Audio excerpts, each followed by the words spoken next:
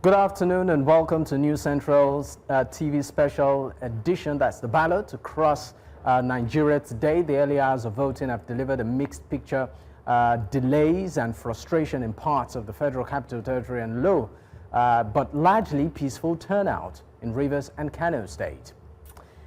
Now, in the FCT area council elections, the promised 8:30 a.m. commencement faltered in several locations, including the Akko, Lugba, Inyanya and Karo areas of the state. Now, late arrival of officials and materials stored accreditation in some polling units, leaving voters waiting for hours while the BVAS functioned effectively where deployment was timely. Other units recorded no votes well into the morning, raising renewed concerns about logistics, voter mobilization and public confidence in the process in its entirety. But first of all, let's do appropriate introductions. I'm Judith at TV. And I'm Bwari. Judith, it's great to be on the seat with you today. Yeah, first for the year. Yes. And it's happens to be elections. And let me say you look good. Thank you. I do. I beg. I'm wearing stickers for the very first time on national television. Right? Yeah. Switching it up. Yeah, switching up. But how are you doing well, thank you. Much anticipated FCT council elections. Exactly. The old drama. The statement by the FCT minister. We're going to get into that, yeah. Talking. And what we've seen so far, News Central has its, web and, of course, wings across the state. Our reporters bringing in live, real-time footage as regards happening. I think some of the things that, have been noticed so far, low voter turnout amongst the plethora of other issues. But let's get straight into the action of the hour. Right, let's do that. We have Joshua Imaraye, our correspondent on standby in Abuja. Joshua, great job since morning. What's the update in your area?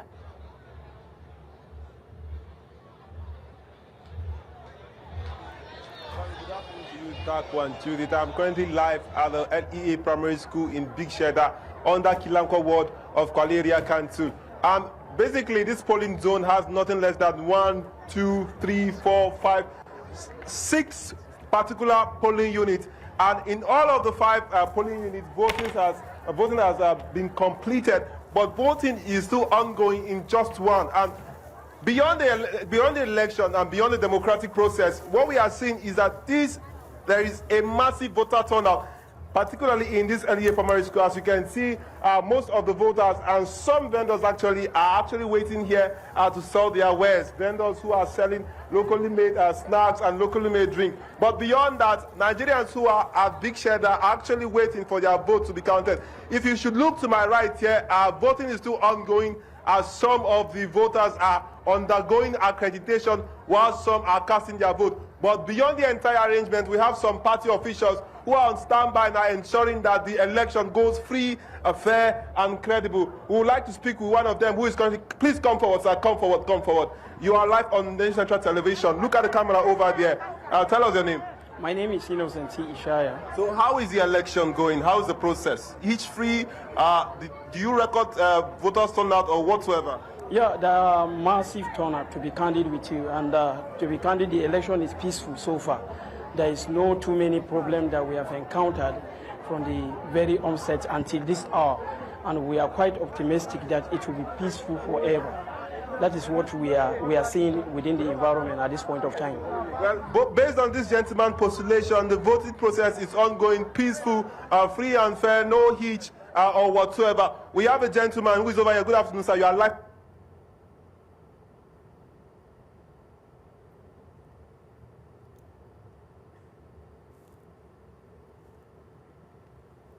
Well, of course, we seem to have lost connection there with our correspondent, Joshua Imaraye, bringing us up to speed as regards the happenings within his locality there in Abuja. But let's look at that graphics on the screen just to give you a rundown of what we are seeing today in Abuja. Now, we have, of course, Abaji, Bwari, Gwagwalada, Kuje, Kwali, the Municipal Area Council. And you can see the breakdown there of in terms of percentage and of course numbers.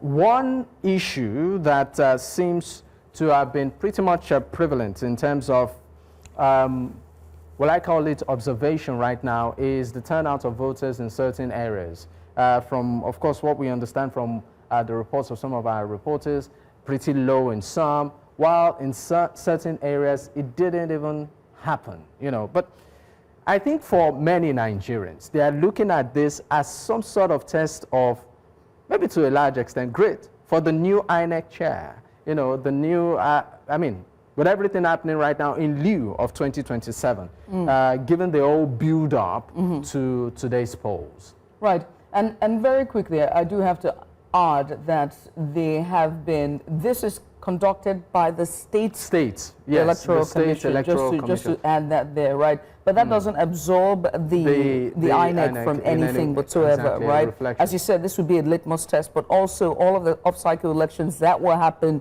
in this calendar year would also be a litmus test of whether or not come February 20th, 2027, INEC is ready to solve many of its issues. One of them has been logistics. Logistics has been a huge concern as regards elections here in Nigeria. Another is to allay the fears of voters. We are seeing continual low turnout of voters across elections from last year to this year. Continually, it continues to dwindle, and a lot needs to be discussed about why we're seeing these numbers, right? And hopefully we will set the ball rolling here at News Central when it regards low voter turnout, why there's voter apathy, and whether or not logistics play into that. But we will continue to bring you live visuals and updates for you. This is the special election coverage here from News Central Television. Visuals you're seeing there is from different polling units across the FCT for the FCT area council elections. All of our correspondents are live there, from Joshua Marai to Aishat Salihu to Edom Joseph. They are all on standby across the major area councils to give you live updates. And from what we've seen and what we've heard, some have been delays, some have been having issues in terms of accreditation, some have had, you know, very smooth accreditations. Now, we've been informed that our correspondent Joshua Marai is back on. Joshua, we lost you for a second there, but continue.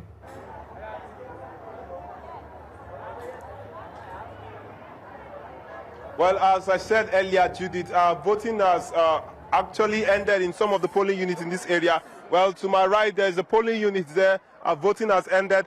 And behind me, too, there's another polling unit. In all of the polling units here, we have nothing less than 6 polling units. And voting has ended in 5 of them, with only 1 polling unit still experiencing undergoing active voting process.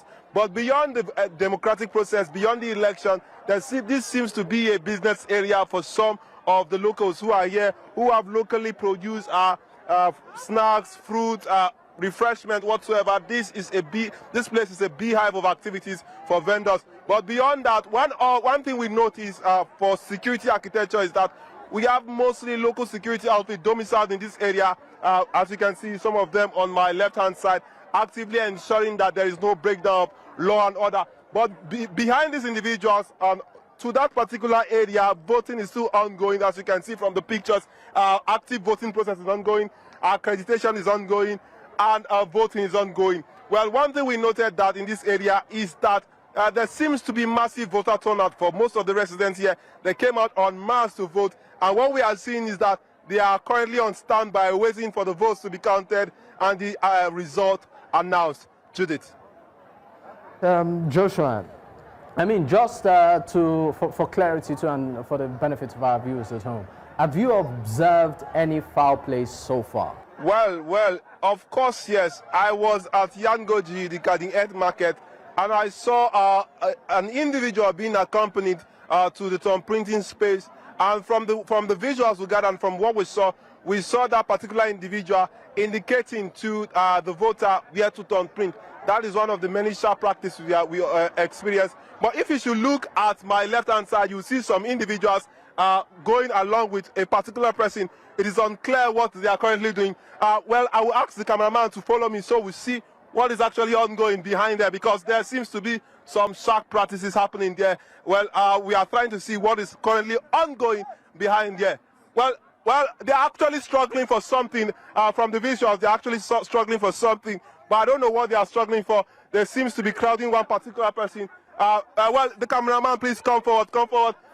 As you can see from the pictures, it is quite unsure what they are struggling for, but it seems to be finances, I'm sure. And you can see that they are trying to chase them away from this particular place. They are trying to hasten them away, but that is what it is. It is what it is. Over to you, Dakpo.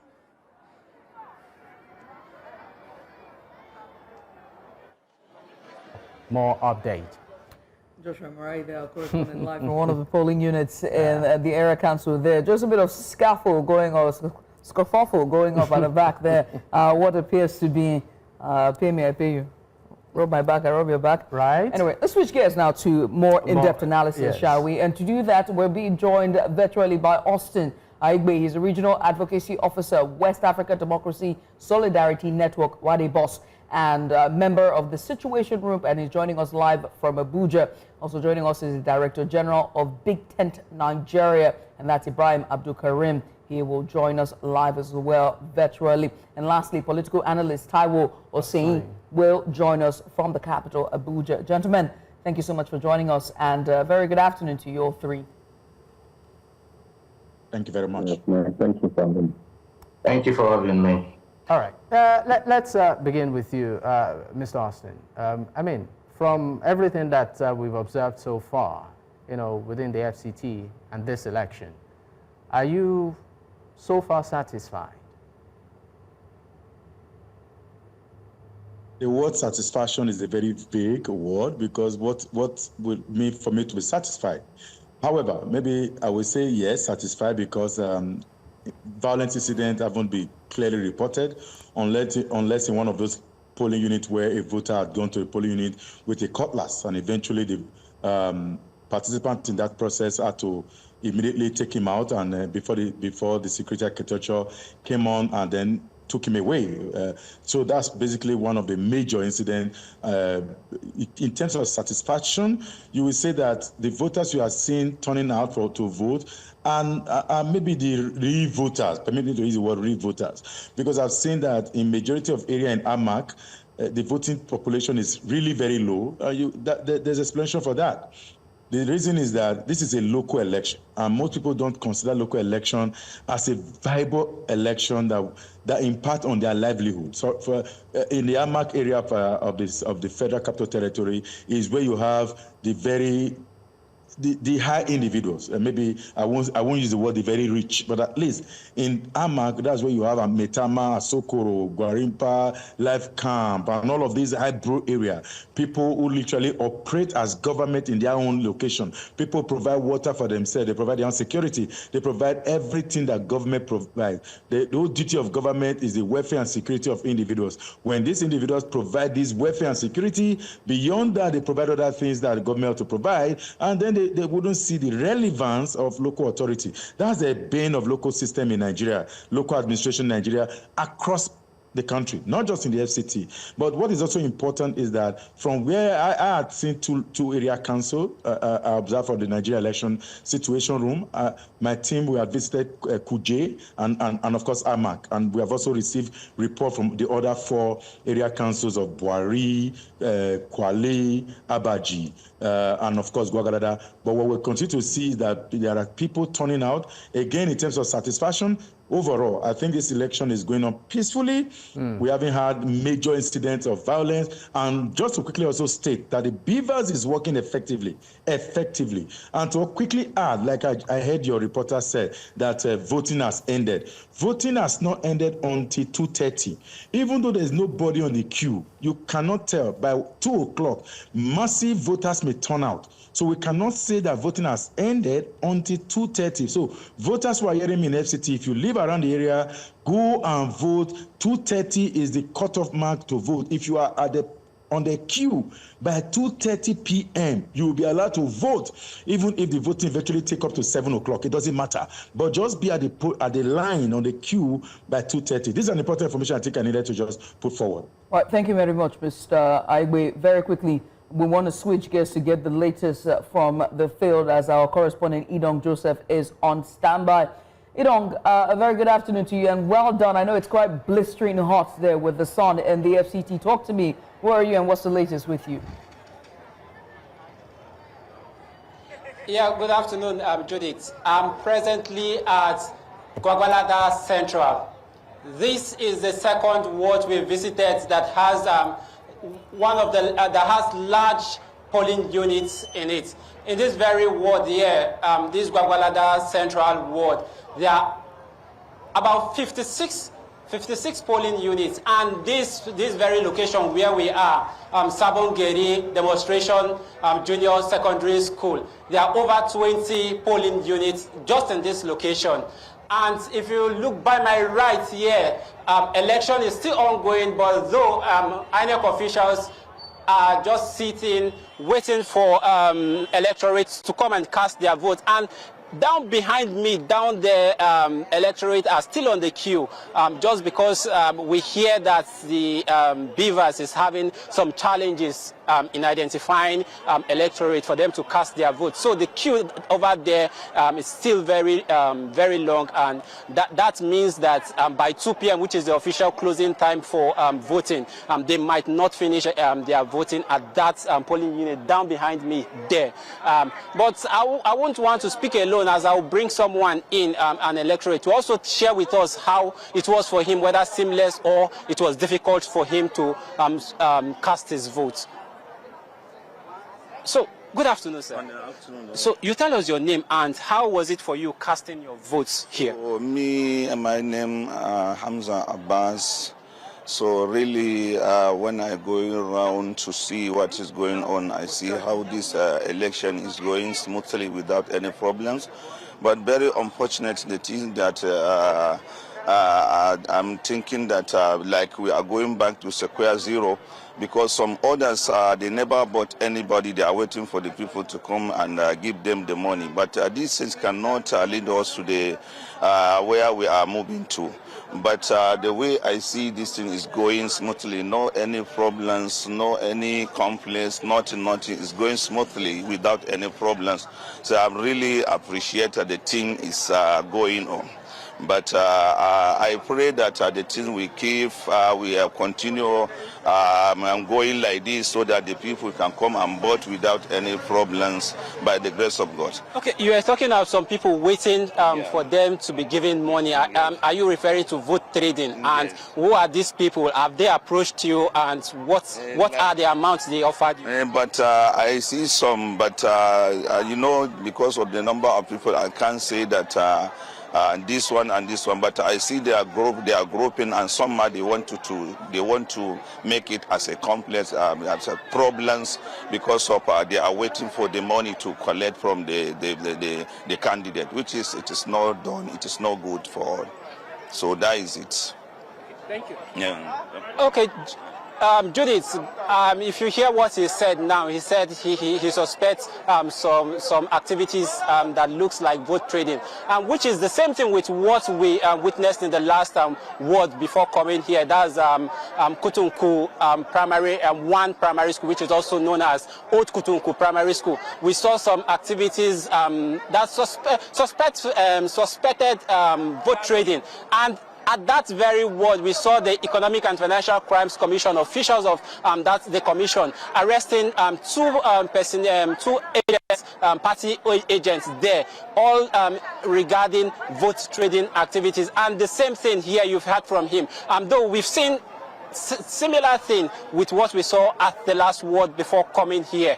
So back to you, Judith. Right, Joseph, once again, great job and fantastic what you do. But let's also, you highlighted an issue with the BVAS in your current location right now as a reason for the prolonged queue that we saw just a while ago on camera. Aside that, and the issue of vote trading, which you have stated, let's look at security too. Amongst the plethora of other issues. Have you seen anything out of the ordinary? Well, in terms of security, I would say the security personnel, they've done their best in ensuring that there is adequate security. Like where I came from, there are enough security personnel on ground, from the Nigerian police force, the NSCDC, the immigration, the DSS, several others, even some that I can't even identify their security outfits, they were there. And same thing I've seen here while I've been here. I've seen the same thing here. So in terms of security, well, I'll tell you that the security personnel have done a great deal of job in doing in ensuring safety in all polling units. But let's not say, let's just wait till collation center to see if tension is going to rise and how the security personnel on ground are going to handle such. I wonder how the security is managing cases of what you have described as vote buying. Were they able to quell the tensions, or did they just turn a blind eye or turn the other cheek, so to speak?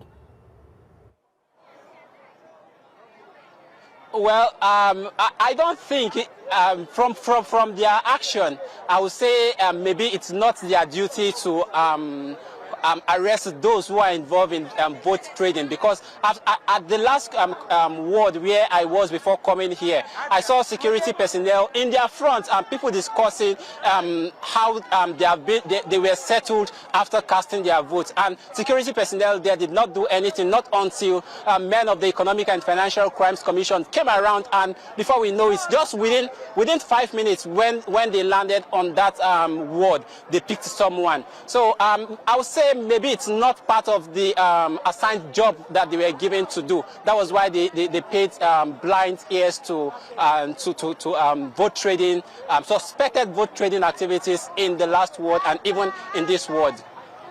All right, thank you so much, and stay safe. Many thanks. Let's come back to our guests joining us. We do have a political analyst as well as Mr. Austin Egbe, who is in the Situation Room, and not to forget Mr. Ibrahim as well, an executive director of Big Tent Nigeria. All three of them joining us virtually from Abuja. Now, earlier we had Mr. Austin Egbe give his own assessment of the elections across all the FCT area councils and what he thinks is going on. And he also did state very emphatically that the elections do not close until 2:30, and so we cannot hold out.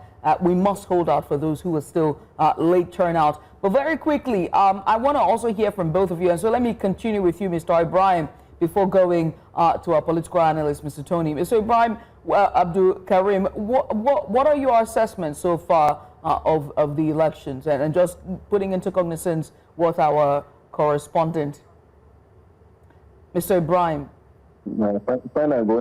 Thank you. Can you hear me? Yes, I can, loud and clear. Yeah. Thank you for having me. I think I went out. I vote in Abuja. You can see from my thumbprint distance. I've gotten my checks. I vote in around NTE. They call it Emeka Inyako. We have like 3 or 4 polling units. The place is a little bit more educated, more enlightened people. Civil servant, retired civil servant. So we don't have too much problem. But the voter turnout is very, very low. Most of the senior citizens, some came out, some didn't take it as any reasonable election to partake. And also what I've noticed is that in every kind of those kind of location, we have the May Guards, we have the May Road, we have the other part of the society that they work together, maybe the workers of the houses of these people. So I think most of them, I don't know how they do it. Politicians have always have their way to organize and bring them to vote. And there are some people that have been registered in that location. We don't know where they were registered from, but they split the polling unit into 3 now. So people have to be moving from one place to another to find their voting place. That's the hiccup that we have seen. And also, as we see some people doing this and by vote buying arrangement by the side. Me on my own personally, I've seen money exchanging hands. I was even asking somebody, he told me he was giving 2,000 naira, and I asked him, how can you sell your life just with 2,000 naira? There's president of two securities. I'm sorry to take on you, sir. You said you saw someone, you saw money exchange hands, and what the person was given was about 2,000 naira. Yes. Of course, 2,000 naira. What area is this, please? I say Emeka Nyako. Emeka Nyako side. Okay. Just close to NTA Abuja here. I think that's the place. Just near Aegis, just close to luxury hotel. I think that's Nikon Luxury. That's the next one after Nikon Luxury. And what I saw is that they have a pattern that are using, like the agent, the other party's agent, because maybe there is a unity between APC and the PDP, I think. So they all have tags. The PDP too are there. You see them putting together, but other parties too that are not part of the competition, like the ADC and others, are all sucked into like doing like one compromise activity. I think the ADC people have to change their agent, because they now realize that he has been bought over by the other parties. So they have to dismiss him and now bring in somebody to stand for them. And what I was just so surprised to see is that people are just ignoring, because it's just like it's a local government election. So people are not pushing the way we have seen during the presidential election, that people will say it must be, people must do the right thing. And also, but what I am just happy with is that the place is calm, there is no rowdy, and the presiding officers and the INEC officials are doing their job, and also nobody is harassing them.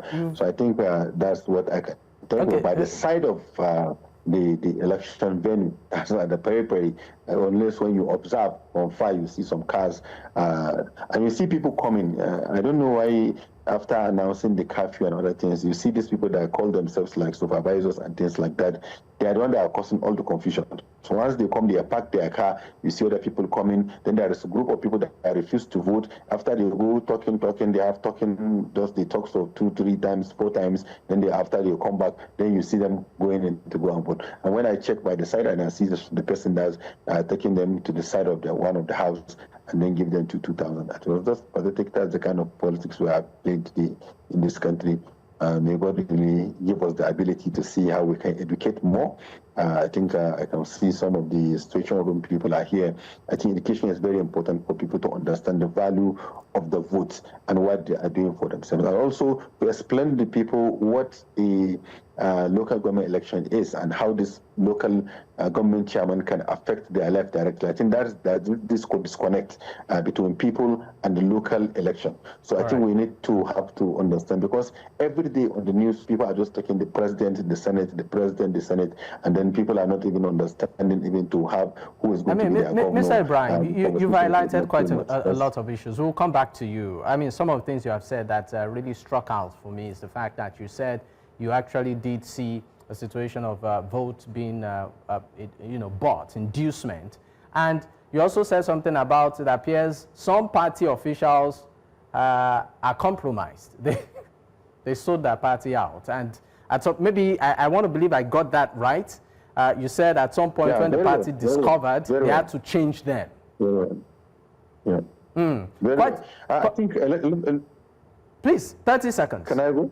Yes, electoral parties, I think electoral parties don't take recruitment of polling unit agent very serious, and they don't have a structure towards doing that, and they don't do the training for their polling unit agent. And also, it's something that they cannot even tender some evidence. If you don't have polling unit agent, you can't even tender some of this evidence, and somebody has to sign for you. But because the awareness is not too much, and you allow anyhow people, because you just go on the street and bring somebody that is hungry. I think if we really want to change this country, people like you, Dapo and Judith, and people that are sensible enough. I know you'll be busy in the office, but let's the good people that we think we are come out. We don't have to stay and say we are just NGO people, we are leaders, we are just big men that we cannot come out and be agent and also assist to see and join party politics and see the value we can add. Because if we leave it into the hand of somebody that 2,000 naira, 10,000 naira, 5,000 naira look too good for him to sell his vote for the next 4 years, I think we don't understand what politics is all about. And they're always going to rely on those people. Because when I am reading I notice and understand that in history, even America is not one day that everybody votes. They started voting with people with landed properties before they reach up to the level that, even in 20th centuries, that even black people used to vote in America, and also women vote in 20th century. So, but here, if you have you, and then you have 2 of your megad in your house, for example, and 3 house help, that's may make them 5. You are the owner of the house, you are the one paying salary, but they say that you vote and their vote is all equal. So if they are all equal, somebody can give them 2,000 naira.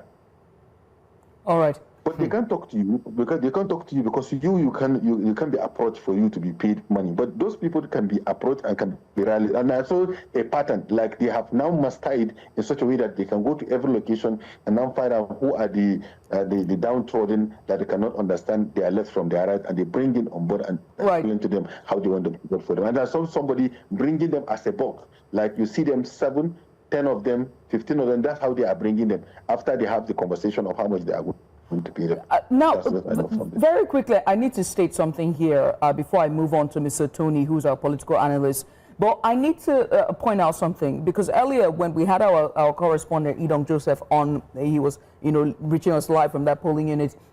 He said that, that the Nigerian police officers that were there, they did notice it, but they did nothing until the EFCC came and apprehended one of the ringleaders who was selling or buying votes. But the law explicitly in the Electoral Act of 2022, it does to state that the Nigerian police force has the primary responsibility for arrest during elections, including vote buying, vote selling, bribery of electoral officials, as well as disruption at polling units. Now, it goes on to say that the National Electoral Commission, which is INEC, does not directly arrest, but the officials, its officials can report. So it's surprising that the polling unit officers who are there, who are saying this, are not reporting or flagging these offenders to the officials, the security officials who are there. They also have to work in tandem with the security agencies to make sure that such incidents are not happening around the polling units, and they must gather evidence for prosecution as well. That is not being enforced. And then to see that even for an areas that Mr. Ibrahim has just stated, where it's supposed to be more, middle class, you're still seeing situations where, they're openly transacting and dealing before they cast their votes. And so I just really wanted to put that out there, right? And then there's also a fine of up to 500,000 naira. There's also a 12-month imprisonment for vote buying alone. Moving away from that, there's also the issue of the importance of why these elections are happening. And that's why I want to bring in Mr. Taiwo. Forgive me, Mr. Taiwo, I've been calling you Mr. Tony this entire time. Please bear with me. Now, these elections that are happening across, the local, this area council, these 6 area councils, they are of great importance because they would control local services. And those services are what we always discuss about here when it comes to socio-economic issues and social-political issues as it affects Nigerians and, by extension, the residents of Abuja. So from primary healthcare centers to primary schools to local roads and markets to sanitation to waste management to healthcare, these are the leaders that would be in charge of every single department, that it matters. And so they will shape how the quality of life in these areas. And those votes do matter. When we're now seeing this low turnout and also transactions of as low as 2,000 naira to cast your vote. And mind you, just to put into context, remember the FCT minister and the comments that he made leading to these elections. It's very worrisome. And so let me bring Mr. Taiwo just to, speak on these issues. Mr. Taiwo, good afternoon to you.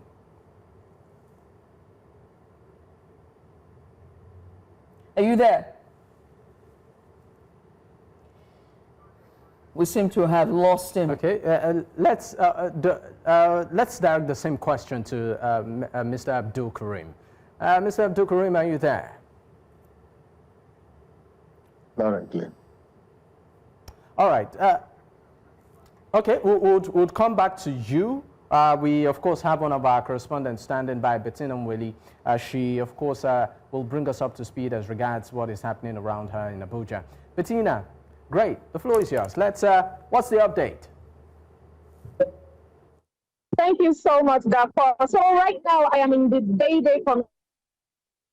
community, also on AMAC, but what is happening here is a bit different.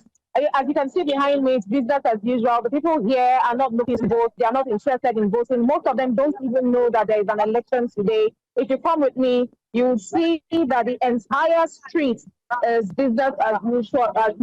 We have the Keke Mariwas by their daily activity. We have the bike men as well. We have people selling as much as fruits and yams. For you to know that this particular community are in no way concerned with what is going on. And also have an indigent or someone who lives whether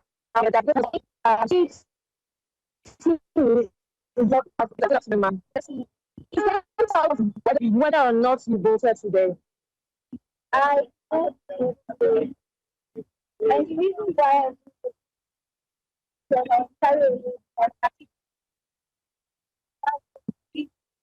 but when you say you were carried away by your activities, voting is your fundamental human right. So are you saying those activities were more important than the election taking place today? No. Were you aware that there will be an election both days before now? So, all right, thank you very much, ma'am. So you can see from what has been said, Judith and Dako, majority of the people in this particular community are not aware that there is an election going on here today. Most of them are not quite English speaking, so it's difficult to communicate to them to let them know what exactly is going on. And if they don't know what is going on, then of course they won't pay attention to the election. Talk more of this to the polling units to actually cast their votes. Right. Bettina, for a second, we couldn't hear your respondent whilst you were speaking to your respondent there. We couldn't hear them. Can you just help us sort of reiterate what she said, because for the sake of our viewers, because we couldn't hear her when she was speaking to you. She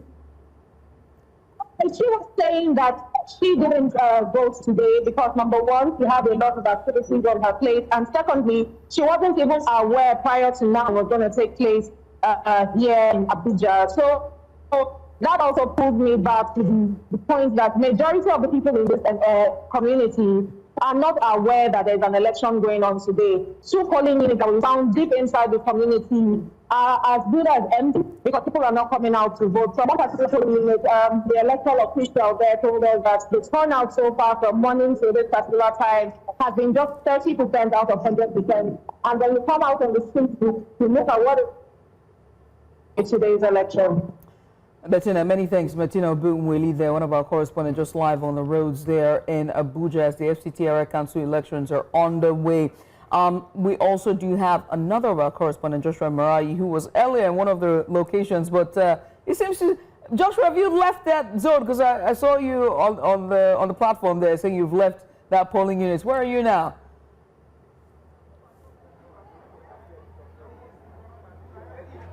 Well, Judith, I actually left that particular place because I felt my security there was not guaranteed, because some of the locals who were actively sharing money actually threatened us that this was an election, that we shouldn't take our jobs on our head. So we had to leave because we were not comfortable. But however, I'm currently live at the Science Nursery and Primary School in Kwali Town of Kwali Area Council. And as you can see behind me, voting is almost ending here. There are the few amount of voters who are here.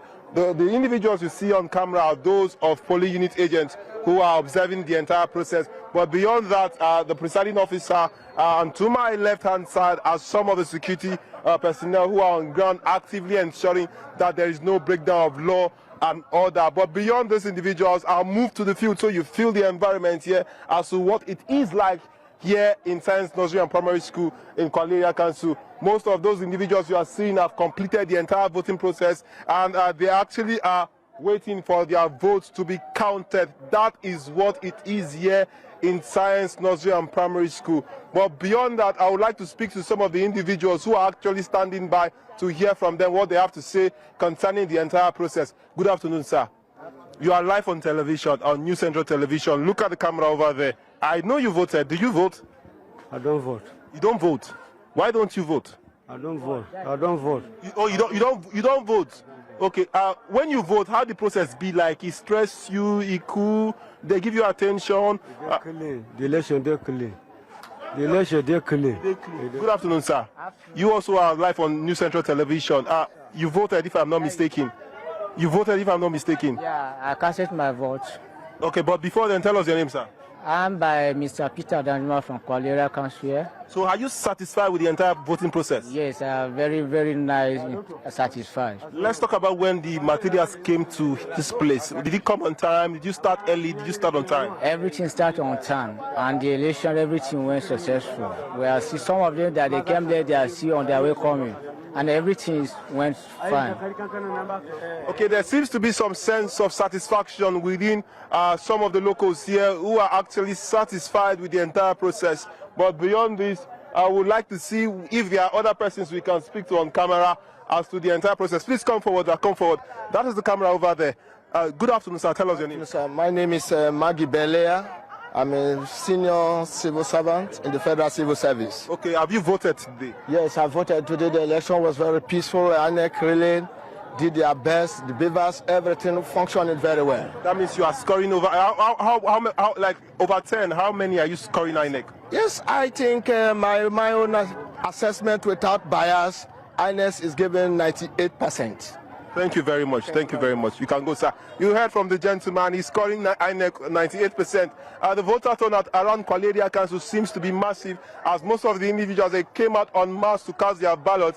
And we are here expecting that anytime from now, the vote will be counted and results in this area will be announced. Over to you, Judith. Many thanks, Joshua. Great one, Joshua. I mean, more importantly, also try to stay safe, right? Let's bring it back to the studio to our guest. Taiwo, I think you're back. Can you hear me now? Yes, loud and clear. We can hear you, Mr. Taiwo. Okay, thank you very much for this. Okay, Taiwo, please hold on. We'll definitely come to you. We understand that we have our correspondent, Aisha, on standby. Aisha, it's great to have you. What's the update at your end? Well, good afternoon, Dapo. We've been covering the FCT Area Council all day, and right now we're still in Kuje Area Council, but we're presently in Gaube Ward. Here it's Gafere. Gafere is one of the areas where we reported earlier when we were doing the area council cover before the election, and we talked about many of the infrastructural decay and deficit that they had in this area. But as you can see, we're here in this community now, and today is finally the election day. So many of the residents here, they are very much enthusiastic, ready to cast their ballot. As you can see right behind me, these people have been here on queue all day, waiting under the sun without even caring whether the sun is scorching or not. They're waiting to cast their vote. But however, part of the challenges that we have come to understand as we've been here is the fact that there is a bit of delay due to the number of people. I mean, you can see a lot of people are here out here to cast their ballot. And also some persons have said that they've had to, their polling units was moved from where it used to be to this new place.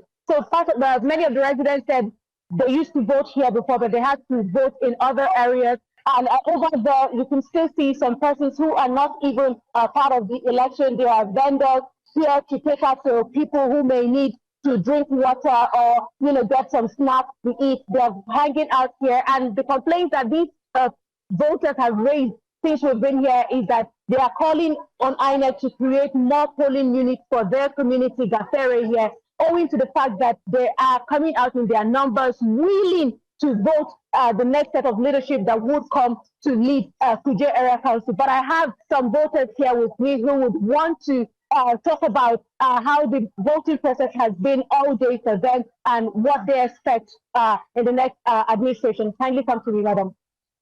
Good afternoon, ma'am. Please, what's your name? Comfort James. Okay, we have Madam Comfort James here. I'd like to hear from you. Have you been able to cast your vote? No. So what has been the issue? Look at the camera, please. So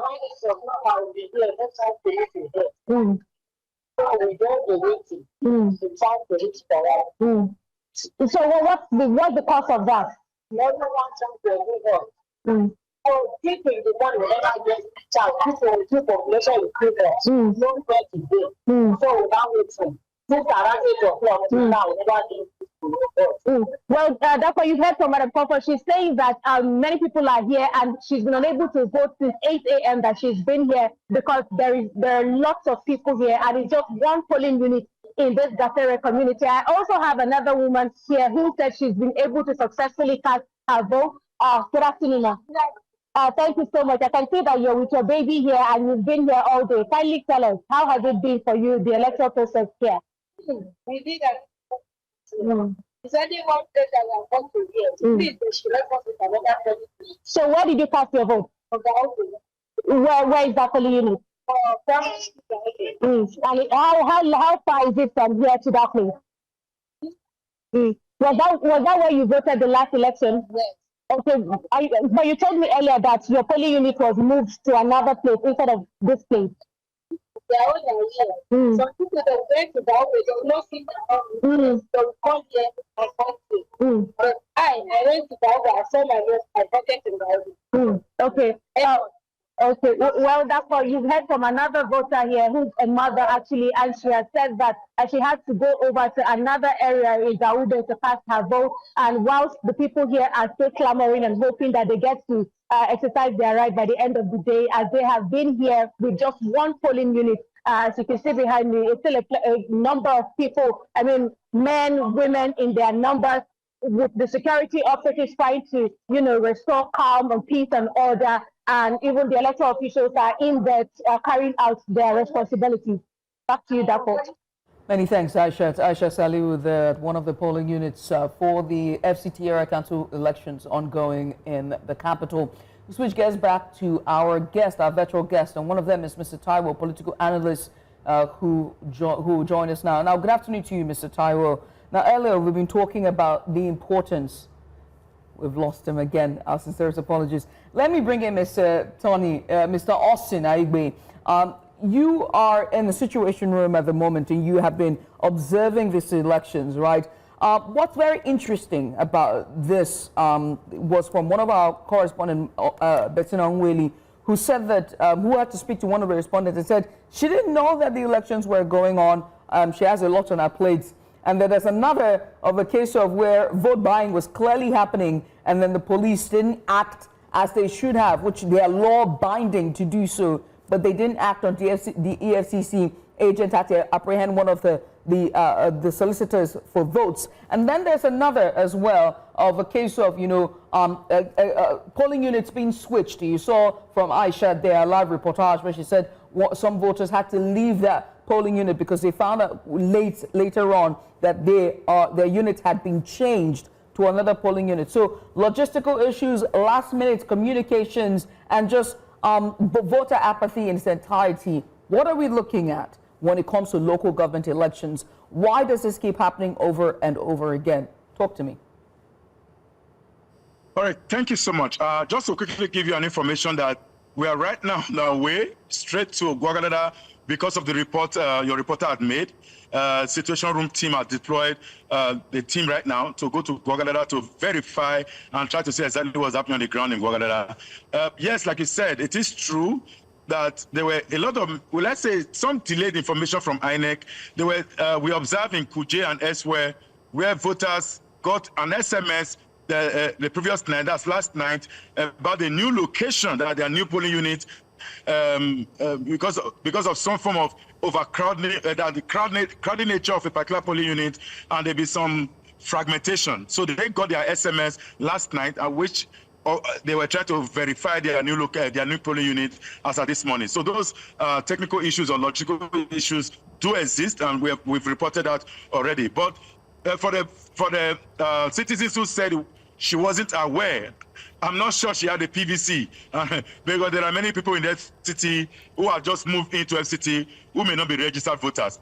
Apparently, there is no interest. But having said that, if you check the entire community, like she said, he said the entire community in this area, they are not aware that the election is going on today. I will not doubt it. It has to do with information availability. INEC has done its best to mobilize citizens to vote. Civil society organization, Situation Room has consistently put up adverts and notices that the election is going to be held February the 21st, which is today. If people say they didn't see it, you may want to question where they picked the information from.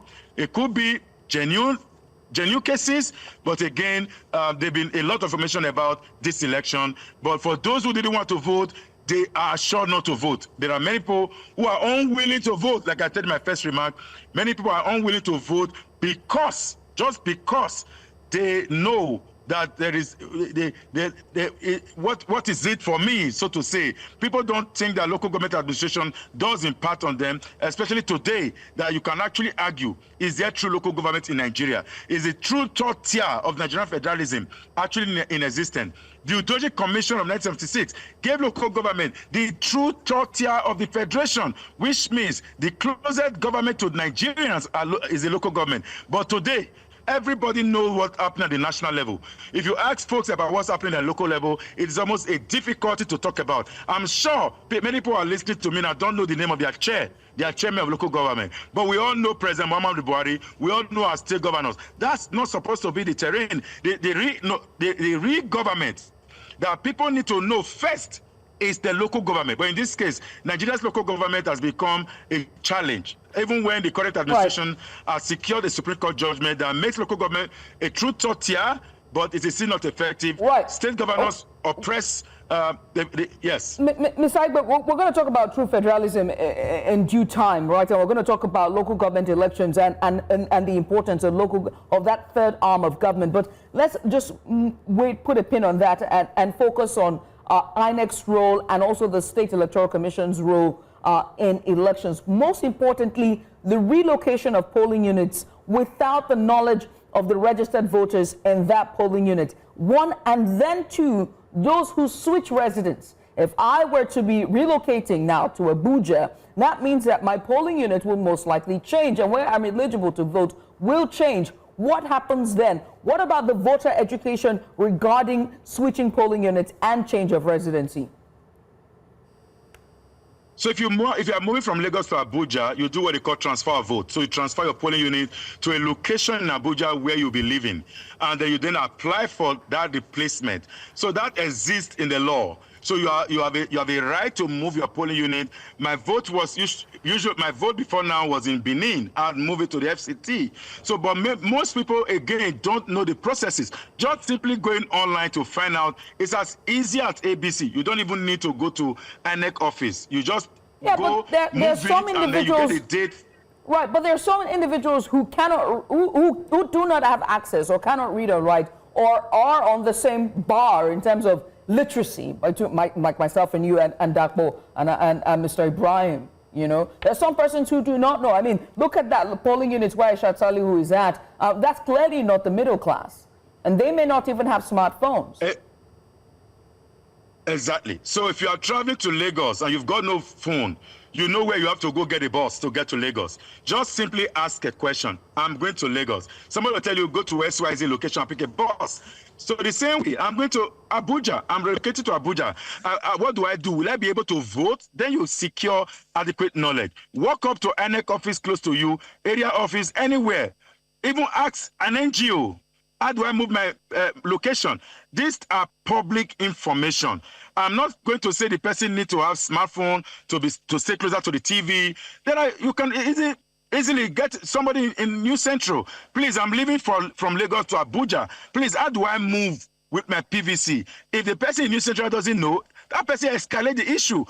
In this whole narrative about information is away from you, maybe 2 to 3 persons, you get the information. For people who don't know, including voting, I don't know who to vote for. Who should I vote for? Even though it's your right to vote, you may not sincerely know the candidate. But what you are doing now on the screen, putting the candidate on the screen, is a way of advocacy and information sharing.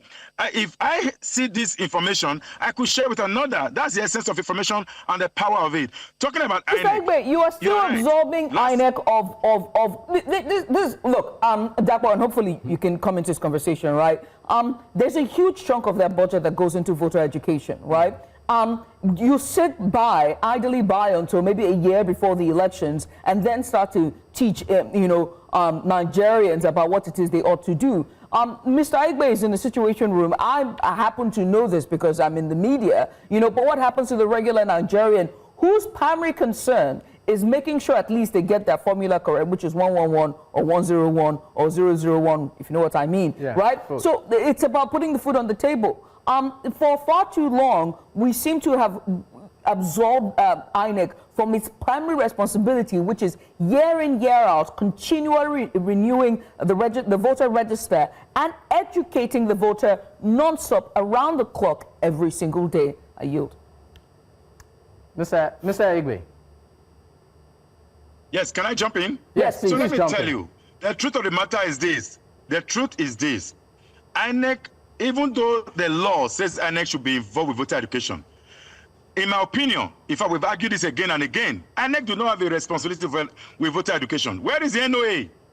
The NOA's responsibility is to provide this civic orientation, but they lack the budgetary role which INEC has. And that is why, yes, we could criticize INEC, but the real duty of political parties is to provide voter education for its members and those who will vote for them. And even the political parties will then point the accusing finger to INEC that you are not providing voter education. So the thing is this: everybody's responsibility is voter education. But I know that INEC is the primary agency because they are the one who pull out this information. They need to educate people about how to vote, where to vote, and all of that. I do agree, but the responsibility of voter education is all of our business, including what you are doing exactly. Not that I'm not sure it's in any status book that the media or news central shall provide voter education, but you are doing that because you see it as a social responsibility. Having said that, I think that what INEC has put out, because again, like you said, we are knowledgeable, we have the responsibility to then domesticate or step down those knowledge and have it go. That's exactly what News Central is doing. And I'd like to commend you for doing that. All right, thank you so much, Mr. Igbe. Definitely we'll come back to you on it. Let's bring Taiwo Osoyin into the conversation right now. Taiwo, thank you for joining. Let me first ask, what you've observed so far. A lot of us have relayed first-hand experience. You are in Abuja. What have you noticed? Are you comfortable? Are you satisfied?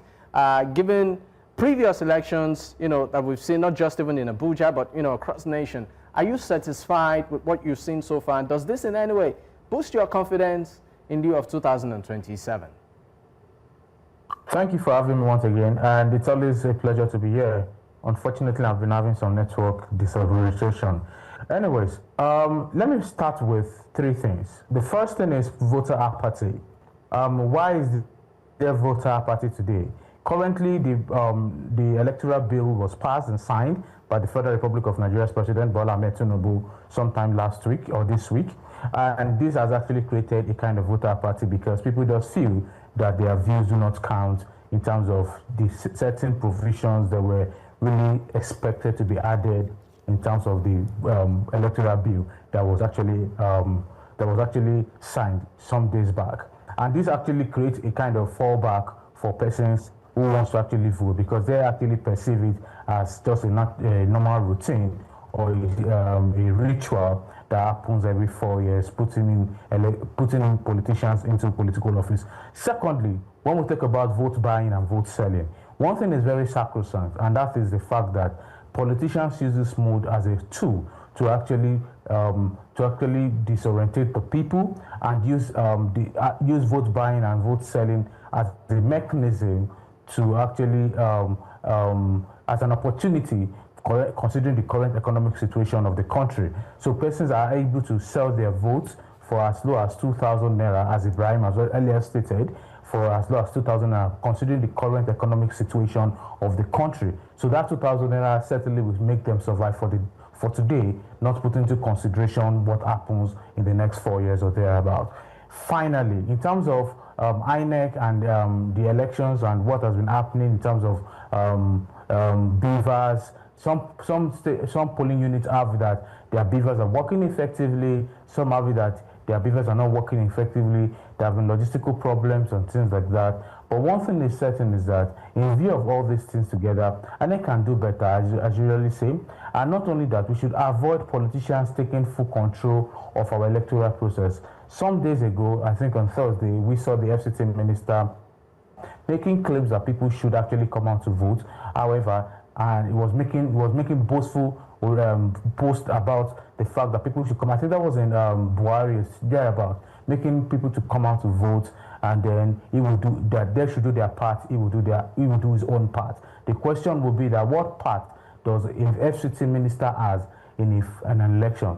Not only that, I've been seeing I don't know if this is a live footage of what has been happening, but I've been seeing footage of on UCL studio recently where I see somebody telling a voter to cast their vote in a particular spot of a political party. I think this is supposed to be a secret ballot system where nobody knows who you voted for, and these are the things that create sort of vote buying, vote selling orientation and framework. And then to add it up to this, I generally say that we have three phases of elections and 3 phases of voting before we talk about collation and actually announcing of results. Now, the first stage of voting has to be the presence of the arrival of INEC.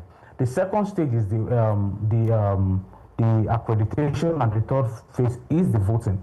Now, for the first phase and the second phase, sometimes it's actually not something that we actually do not pay too much attention to. Sometimes INEC officials arrive quite late compared to when they're supposed to arrive and things like that. Voters are accredited with BVAS. But one thing is very important: where do vote buying starts from? I'm going to put it on record.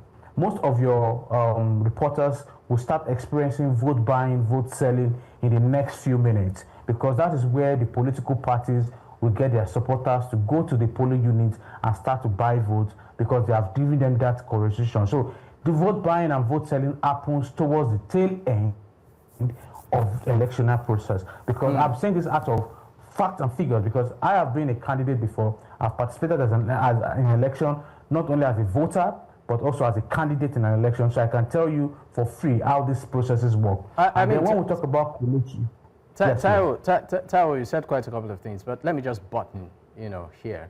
About 20 minutes to the 22 actually to the close of voting, elections, yeah. And then of course it proceeds to the next phase. Now, you said towards the tail end, from your experience as a candidate, is when manipulations start to happen, particularly inducement. One issue that seems to have stood out lately in our elections is how monetized the process has become. Not just from, acquiring the form to campaign and all of that. I'm talking particularly about paying people, inducement. We had someone say 2,000, as low as 2,000 naira to sell their conscience. Do you think we can be out of this woods? Unfortunately, Dapo, we cannot be out of it. I'll be very realistic with you. And you said we have about 21 minutes left, because by 2:30 voting will stop. But let me tell you something. Go and call your field correspondent. You start seeing lots of people coming in to vote in a short period of time, the next 5-10 minutes, and they will troop in because they have been informed from their different political parties. Now, can this inducement stop? Certainly not. Let me tell you the reason why. It's an economic phenomenon and an economic trajectory. When the economy becomes down, the people do not have a choice than to sell votes. When people are doing well, when there is a job that people are working, people are earning, why would I want to sell my vote for 2,000? But when the economy is down, when the people are suffering, people are ready to sell their vote for as low as 2,000. And let me even add to this. Why this cannot stop is because as a political consultant for certain politicians, it's so sad that even politicians even add, I will put it to you, they add what we call vote buying in their budget system for running elections. Let me put it on record. They add vote buying money for elections, for election day. It's part of that. And any politician can deny it, but I'm telling you for free, they add it as well. So it will never end. It's a phase that we would probably have to live in, or find a way to better our economy where people do not have to sell their votes. All right. Now, I just want you to be on pause here, because we want to bring in our correspondent, Sagir Ibrahim, who is joining us live now. Ibrahim, Sagir, a very good afternoon to you. Talk to me. Where are you and what's the latest with you? Sagir, if you can hear me, good afternoon to you. Talk to me. Where are you and what's the latest with you? seem to have lost him there. Let's come back to our virtual guest, political analyst, Mr. Taiwo Soyin, who is live with us. I want to ask you, right, because we were talking about true federalism, and the person who really set this ball rolling was Mr. Austin Aigwe, right? And we're talking about the importance of true federalism in Nigeria, whether or not there's true federalism in Nigeria, and whether or not the local government or the third arm of government is truly and really viable when it comes to delivering on the dividends of democracy to the grassroots in Nigeria. And I sort of outlined one of the things why this FCT era council elections are important and what the leadership will be doing if voted into power. But one of them I need to point out here is the matter of tenement fee rates, market fees, motor park levies, as well as local taxes as well. They would influence revenue and contracts as it pertains issues, because they will collect, the councils will collect tenement rates, they will collect market fees, they will collect motor park levies, as well as local taxes, not to forget primary healthcare and the likes, right? And so let's talk about these issues, why we're seeing voter apathy, why we haven't still gotten to the point of true federalism, or have we gotten to the point, and what would it take for local government areas and area councils to rise up to the occasion to get Nigerians more involved, as opposed to presidential elections and gubernatorial elections and senatorial elections, local government elections? What point are we going to get to? This point where we are, true federalism is just opaque to any general Nigerian. Why am I saying that is opaque? Because there's no clarity in terms of impact of government and governance to anybody that is actually at the lower cadre of the pyramid in terms of governance. So where true federalism comes into porridge or play is when the people can really feel the effect of governance and government. For example, yesterday the FCT minister announced a curfew or restriction of movement from 8 p.m. to 6 p.m. The Nigerian police, on the other hand, announced a restriction of movement from 6 a.m. this morning to 6 p.m. You can see a contradiction. Now, this has a lot of things to do with the people. Not only that, if we look at these elections, most of the time, especially the third tier of government, that is the local government, look at only revenue generation approach, such as levies, tenement rate, and as market levies, as you earlier mentioned, Judith. But in reality, we are supposed to have impact of government in terms of people directly. For example, primary healthcare. For example, the road. Sometime this week or last week, you have your correspondent. Yes, please. I promise you will definitely pick on that point, but we have our correspondent back, Sage. Sage, what's the update at your end? Okay, so inshallah. Yes. Sage, great to have you. What's the update? Yes, indeed. Can you hear me now?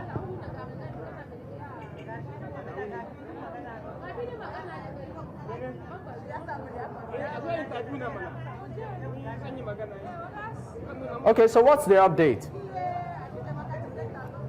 Okay, I don't seem to be able to hear the studio anymore.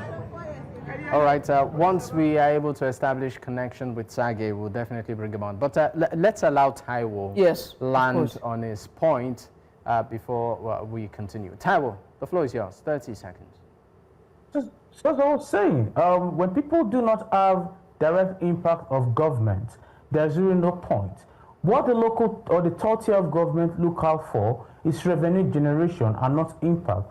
For example, how many people can go to primary health care centers today and get direct medication? We have incidents that has happened in the Abuja today, in the past, where people die of very minor sicknesses, where ordinarily the primary health care should have taken care of. We have situations in your correspondence, I think this week or thereabout, we have refuse around the Abuja region, on the whole side of Abuja. Everywhere is dirty, everywhere is in a mess. How do people feel government? How do people feel governance? Not only that, when we have basic tools of livelihood there is no power, water supply is luxury, security is personally provided. People do not see the essence. That is what real federalism really means to a layman. All right. For you and I, as elite and illiterate, we could actually deduce and bisect it in terms of theoretical framework. But in reality, when the government and impact of governance is not felt by the populace, federalism becomes rhetoric. Federalism becomes rhetoric, and that rhetoric is what we're going to discuss. But first, Sir Brian is back with us. Sir, talk to me. What's the latest?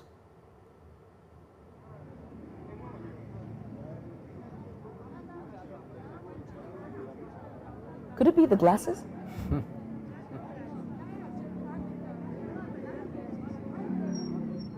We seem to have lost him there.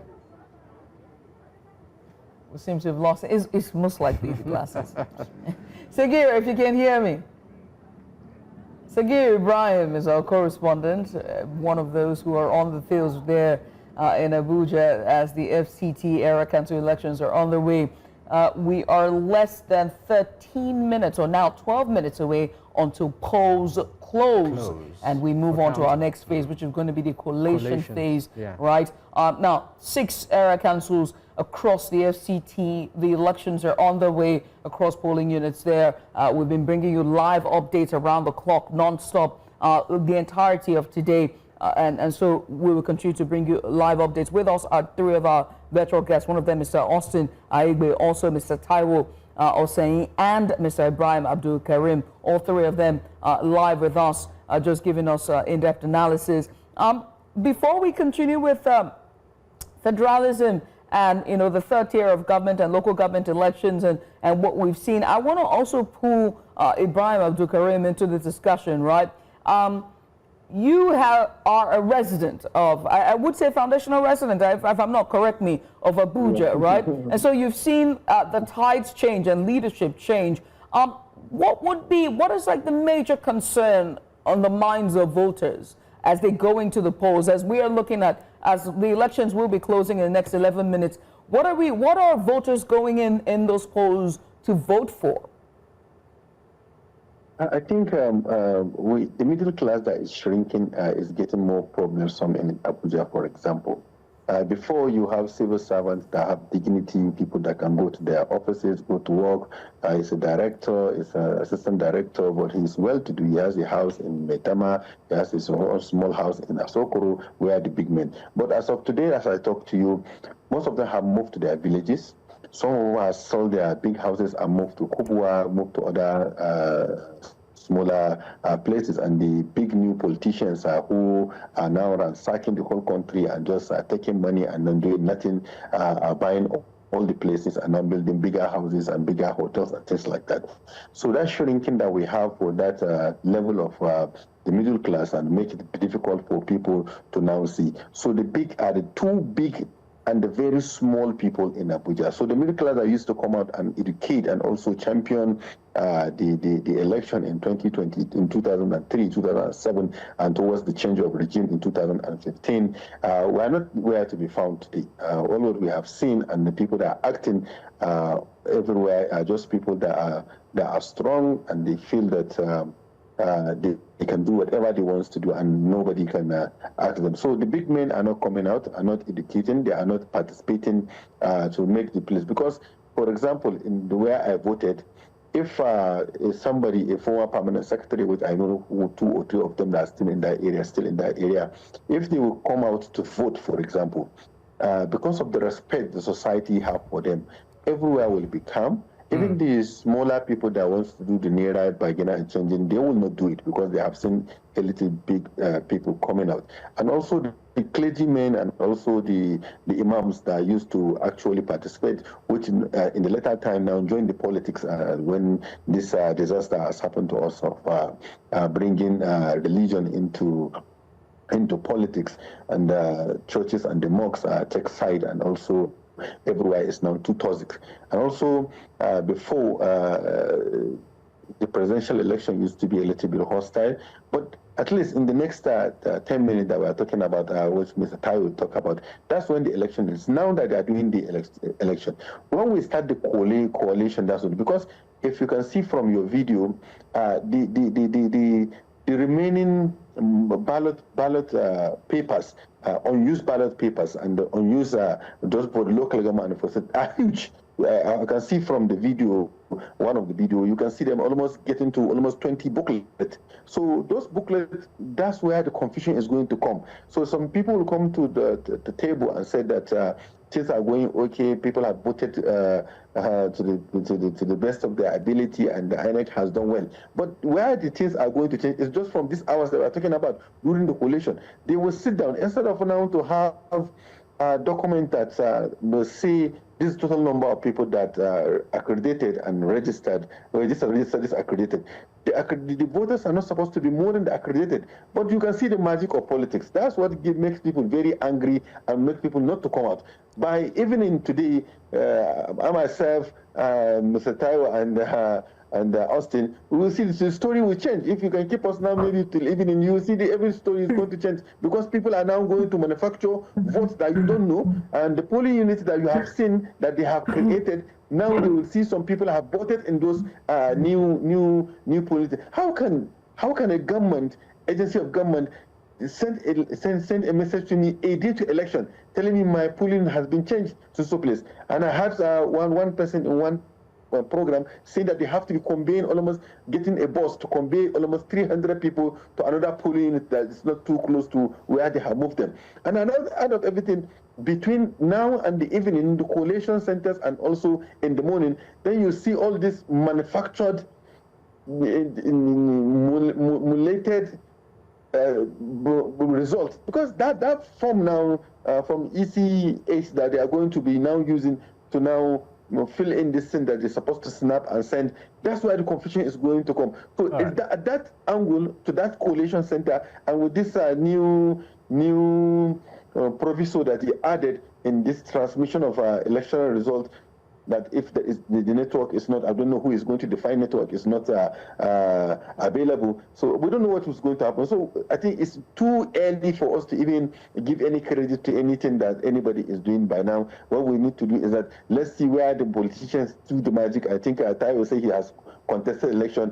They even have money for rigging, and I have seen somebody have sent to me a list of all the people that they're supposed to be paid to be on the payroll. One of the polling units, you see a lot of money, and when I was in my polling unit, I had a story that one of the candidates that came in the night, and they have a meeting with the people how they are going to organize today, and then one of the young man was given 2 million naira.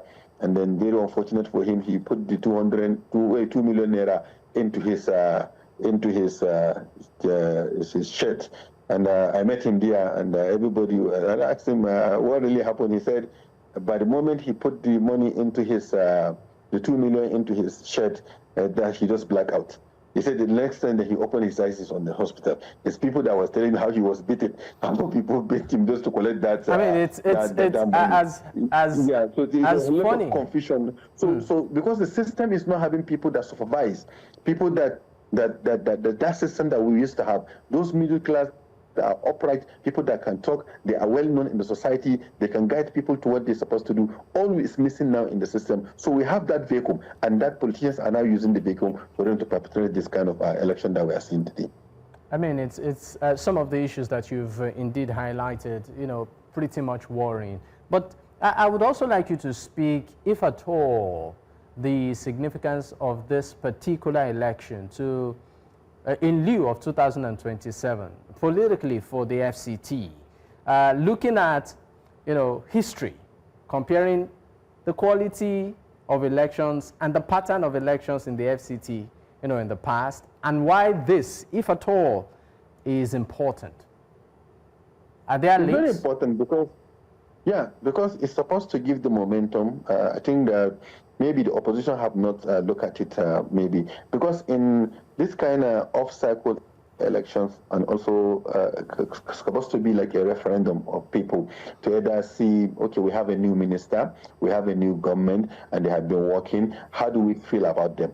It's part of what we're supposed to do. And also, it's not just supposed to be an election that we just we just go and just vote for people. There's supposed to be some questionnaires that's supposed to be part of it. I think if Taiwo is here, we're supposed to be adding this as a civil society group to ask some questions that maybe is Abuja very dirty. So just some things that we need feedback. The government needs feedback at that level to understand that whether we're doing what we're supposed to be doing. You can ask a lot of things that is Abuja getting congested. Or you can ask people about the affordability in Abuja in terms of rent and other things, which will supposed to add value. In the US, we see a lot of such things going into, because there is a lot of studies to understand even how the system runs in the municipal, for example. And also, if you look at how Mandami did his campaign as a mayor of New York, he said that making New York affordable.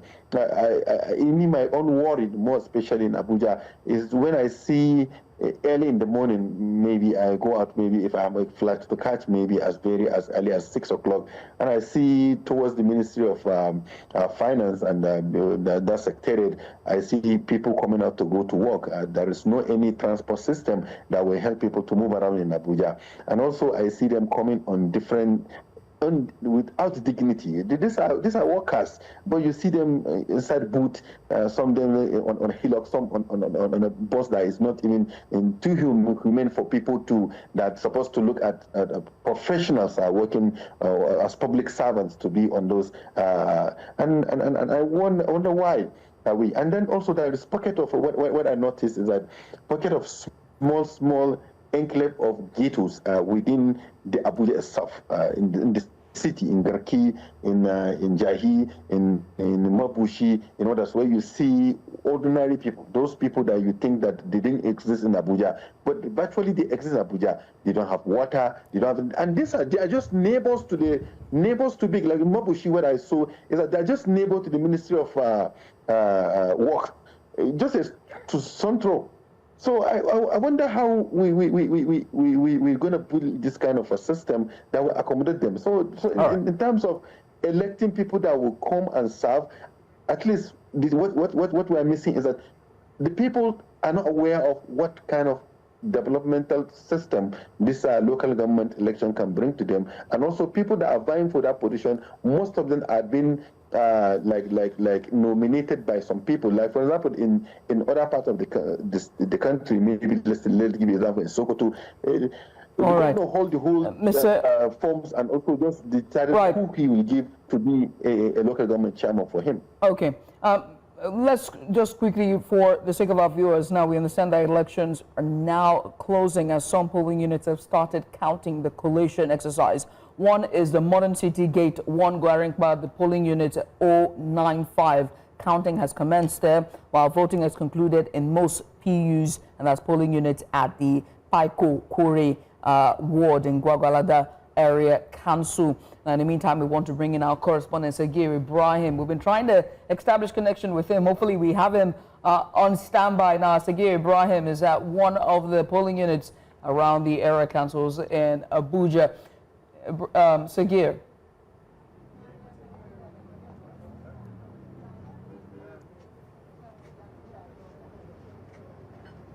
Yes, good afternoon, Judith. I hope that I'm audible and you can hear me now.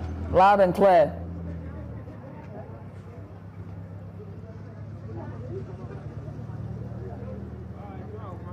Excellent.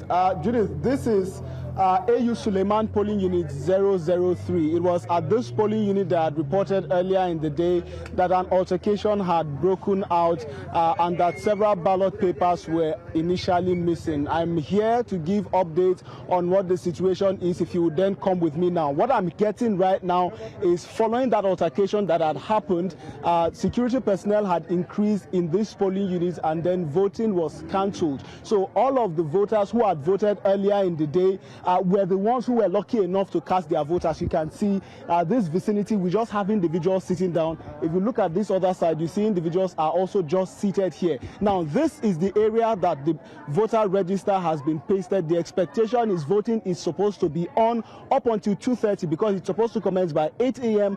and end by 2:30 p.m. in the afternoon. But sadly, you can see the voter register area is just empty, with just a handful of women seated here who are expectant to come this afternoon to vote, but unfortunately they were not able to do so. Good afternoon, everybody. Good afternoon. Please, was anybody here able to vote this afternoon? Okay, can you please speak with me, madam? Tell me, when you came, what did they tell you when you came, madam? I see you're not looking happy at all. Ki magana, ki the house, no problem. Ki the house, da kizo me paru. Okay. Ahanaku zabe. Mesa, me akache.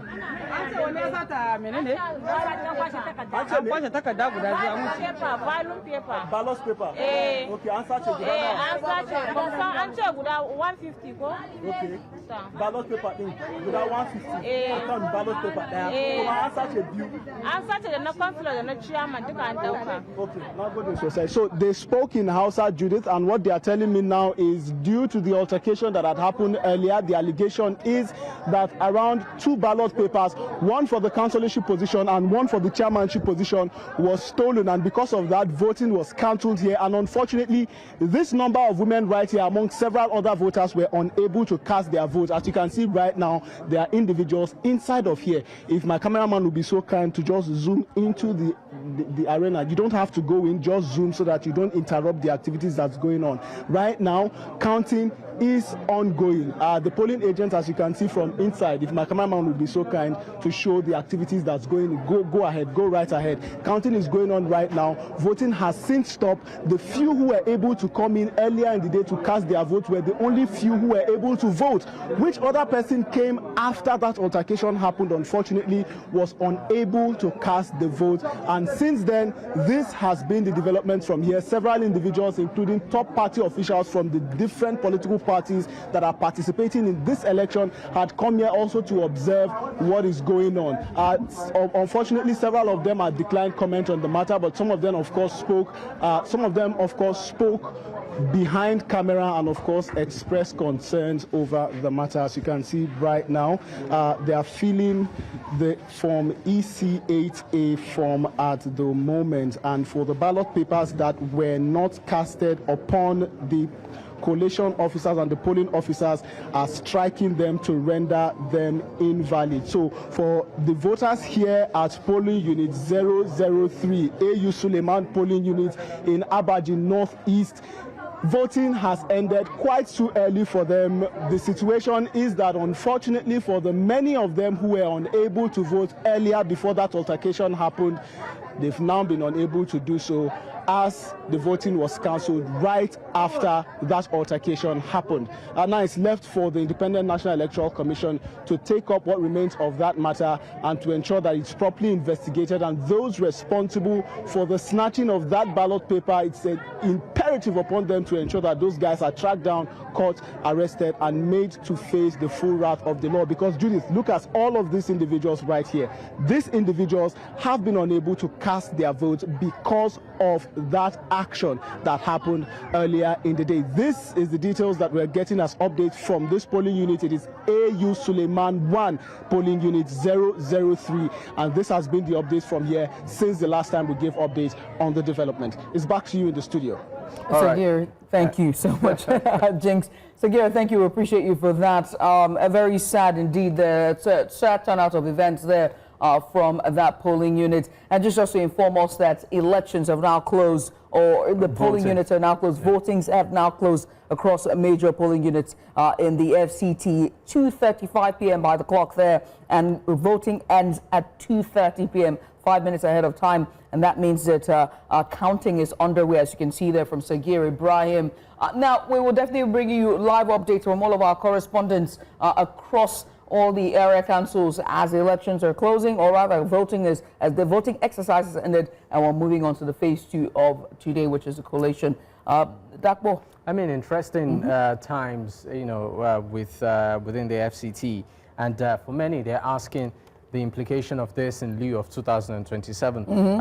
I mean, everyone knows that politics is grassroots, and that is why this election, to a very large extent, looking at it from the political space, might just be pretty much important, looking at Abuja's political history. Right. You know, particularly when it comes to the power, the administration in power. Right. Right. And the build-up that we've seen, the rhetorics, the talks, the reactions and pull-outs and all of that. So Nigerians are watching to see what will this eventually turn out. Just to bring you up to speed, Voting has ended in Angwan Fulani, that's a settlement in Kwali Central in Kwali. Also voting done at Modern City Gate opposite B Close. Officially, actually, voting, has ended. So right now, the exercise has ended. Moving to the next stage, collation and counting. Right. But let's.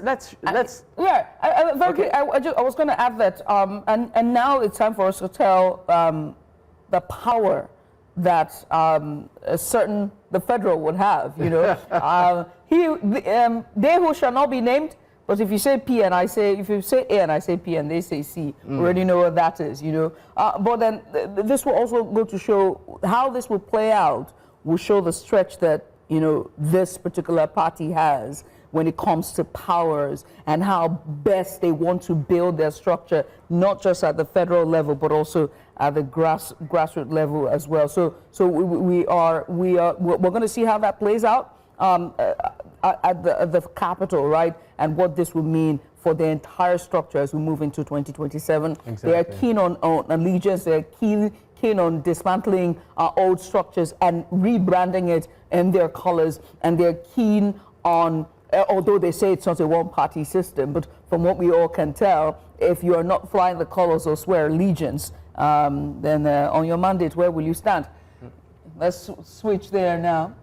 Okay, so this, of course, what you're seeing on your screen, a purported message from INEC to voters, a bulk SMS. It says, "Dear voter, your PU has changed due to congestion." New PU, of course, you can see there. This was allegedly sent to voters whose polling units had changed. Polling unit. And this was sent about what, 10:29? Most likely would be AM in the morning.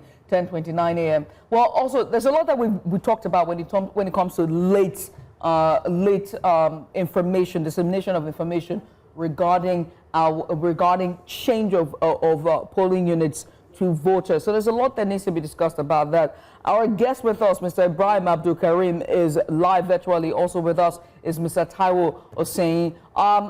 We've seen that the exercise have now closed. Collation has begun. Some parts recorded they were not able to vote due to scuffles that were going on there. Allegations of vote buying, arrests have been made. Some people found it difficult to accredit with the accreditation process. Some people had difficulties locating their polling units. But at the core of this is who will prevail, who will lead at the local council, and how this will play out when it comes to the political structure of thy who shall not be named. Taiwo, your thoughts? So, Abuja is a very delicate place in terms of Nigerian politics. And I think until 2023, that was when the whole Abuja saga began, where the whole 25% for federal for the president and what if you, those conversations came into play. And those were one of the defense that play out in court during the electoral tribunal. But having said that, Abuja is one of the very, if you look at it historically, is one of the very critical parts of Nigerian politics, considering the fact that aside from it being the federal capital territory, it also creates a kind of residential diversity where you have different parts of people living in the country, in the state or in the federal capital territory. Also, in terms of religion, in terms of ethnicity, in terms of the work capacity, in terms of the different diverse people live in Abuja. So it's always very critical. However, on the flip side, this current election does not or would not automatically give preference to what is going to happen in 2027. Some political parties who are going to win or lose may not be in that, most especially those who are going to win, may actually find it a bit difficult or may find it very risky to align effectively thinking and see they have organized local structure, because it doesn't work automatically that way in Abuja. When the general election comes into play, it's always very difficult to say where the pendulum will swing. Okay. But historically, if you look at what has been happening historically, aside from the last time the federal government of the president, let me put it in context, the president of the Federal Republic of Nigeria won an election in the Abuja monopolies, or in Abuja's Federal Capital Territory, where the votes were actually won by the same power or the same party that was in power, was in 2015. Aside from that, it was in 2011. From 2015 till date, the ruling party has lost effectively in Abuja. We'll go and check it historically. The ruling party has always lost the Abuja election. So in 2027, we might see something different. We might have the ruling party probably turn the strides around. But historically, so this election does not give a kind of local structure to say that, certain party who has won this local government election is sacrosanct going to win or going to hold forth the local, the local elections and the locality of the people, and then determine what's going to happen in 2027. It might be very difficult to say. And however, when we look at the closure or the closing to the election, sometimes I say that this is where election really is election. This is where the real definition of election actually starts right now. Collation, the counting of votes, the collation of votes from the polling unit down to the ward, then down to the local council areas. That is where the election is now going to take place. Because what has happened now is what we call preamble. I know if you look at our every written law, we have the preamble, where the main laws come into play, is what is going to happen in the next few hours. And we're going to see a lot of drama. So I would just say that News Central to plug in and be ready with their correspondent to show Nigerians the drama that is going to actually unfold as counting and collation begins. All right. All right. I mean, a lot has been said, but let's bring in Emmanuel Ogbeche as the former chairman of the Nigeria Union of Journalists. He joins from our Abuja studio. It's great to have you, sir. Thank you for your time. Let's get straight into it. With what you've seen so far and the players, the role of each player there. We know that officially voting has ended. Stage 2 has started, collation and, of course, counting. In lieu of 2027, all of the anticipation around the amendment, the bill that is now a law, are we saying that to a very large extent we are confident as a country, as a nation, that we are ready and good to go towards the general elections with what we've seen so far? Today hasn't been particularly pleasant because of the turnout of voters here in Abuja, the Federal Capital Territory. It's been very abysmal, and perhaps it has to do with political sensitization. Perhaps Nigerians do not trust the system anymore. But by and large, I think it is important that people go out to vote. One other matter is the issue of change of polling units. It was last night, actually, I got an email, actually, from INEC saying that my polling unit has been moved. It's just a 5 minutes difference. But some of my friends and colleagues got theirs at about midday today. Perhaps that could be responsible for what we see happening, that people are complaining, not finding where their polling units are, and it could have added to what we have seen. As per 2027, I do not think this is actually a referendum on that. INEC didn't have much time, as it were, to prepare. If you see some of the INEC officials, they didn't have chairs to sit on. Residents needed to provide conducive sitting arrangement for them. Some didn't have that luxury because where the polling units are situated in office complexes that aren't open today, and they had to make do sitting on the bare floor. At least I saw 2 of those myself. As per, Abuja has been very peculiar. Yes, Abuja has been peculiar for quite a long time now when it comes to voting and how the dynamics are. But I think it has changed it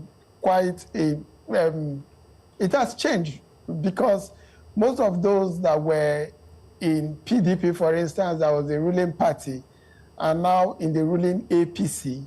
The grassroots mobilizers are in the ruling party. And I do not see the reason why people imagine that the APC wouldn't win when most of those that are grassroots mobilizers are in the ruling party. Take, for instance, the two candidates of the People's Democratic Party in Bwari and in the municipal that stepped down for the APC candidates. There are other areas where the party isn't strong. The ADC that should be a counterpoise to the ruling party isn't yet a grassroots party, as it were. You know, and, because if you look at the campaigns that took place, Peter Obi, as a chieftain of the ADC, went to just about 2 area councils out of the 6, municipal and Bwari, to campaign for ADC candidates. Atiku Abubakar, former vice president, basically campaigned in the municipal and at the heart of the town. In this city, the voters aren't in Wuse, Metama, Garki, no. The voters are in the far-flung villages of the municipal area council. That's using AMAC as a basis. And when you look at other area councils here in the FCT, will you find the presence of the opposition parties? So I do not think, but if we were to use that as a basis for 2027, then the ruling party is poised to win and to break the jinx, you know, of the ruling party not winning since 2011. I think one of the analysts alluded to that. Because in 2015, the APC didn't even win the FCT, as it were. It's been a tradition. But there is always a first time, and perhaps this is just the time to break the jinx. Well, correct me if I'm wrong. Do you want to comment? No, correct me if I'm wrong. The current positions as part of the elections from 2022, APC had won 5 out of the 6 area council chairmanship seats in the FCT, and only 1 seat, which is the Gwagwalada area council, went to APCA. And so in that election, the APC candidates defeated rivals in Abaji, as well as Bwari, Koje, and Kwali. And so, nonetheless, if AP still gets it, what's the guarantee that they will still get, clinch the presidential elections? I mean, what's this rationale of that if I win local government elections by chance, I will be able to secure votes for my principal during the presidential elections? Okay, just a point of correction. The PDP actually won AMAC, Mekalangu, that is Christopher Mekalangu, that just crossed over last year to the APC. Yes, and that is the flag bearer. And the PDP had a good showing in Bwari in that election. It was 3 out of 3 actually, before we saw this party chairman, this area council chairman defecting to the ruling party. APC. Gotcha. Sorry, forgive me. Yes, to your question. Now, you require people, individuals that can mobilize the voters. And if you have a ruling party taking 6 out of 6, the chances are that they are going to work harder to ensure that they deliver their area councils to the ruling party. That is where the dynamics of having the party in power in positions of authority in the area councils. And you know that for the APC, it will be amiss to find out that the area, like the municipal, for instance, where the president resides, to be in the hands of the opposition. So they have mobilized, and they will not wish, given the personality of the FCT minister, to relinquish the FCT to the opposition.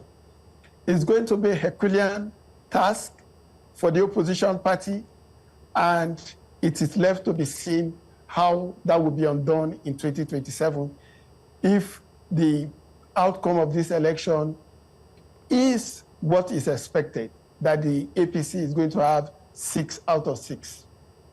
All right. 6 out of 6. Interesting. Before, of course, we step down a bit and allow for the news, I'm still with you, sir.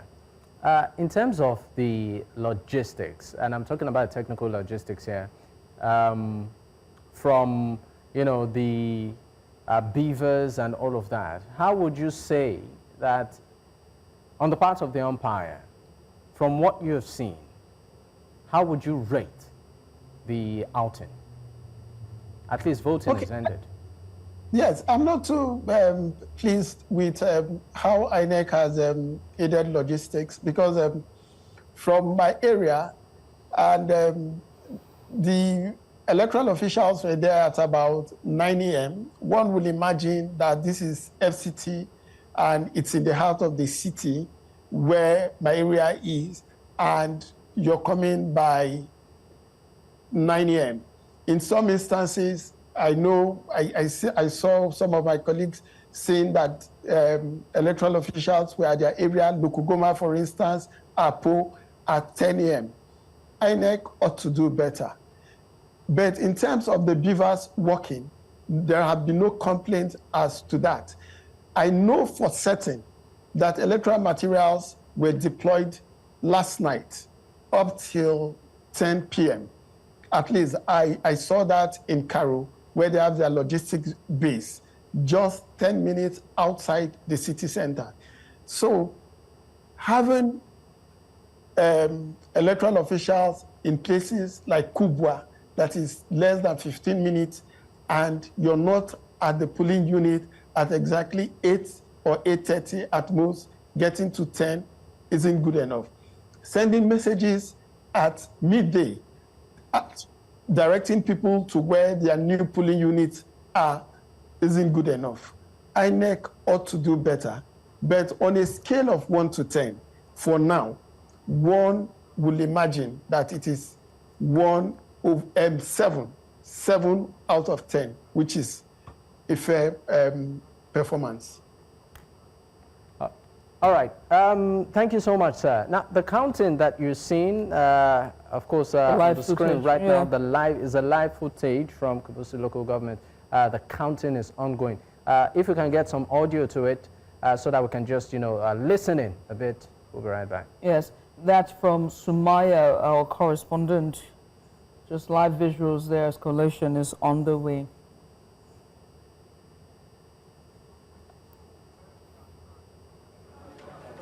ABC. Yes, now we confirm.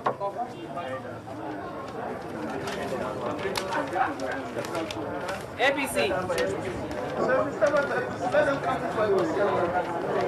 We have to sort it out because some people voted, some people put in the wrong box. ABC.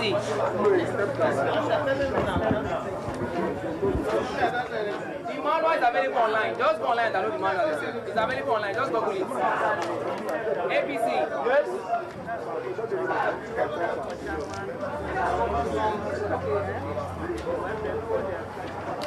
ABC.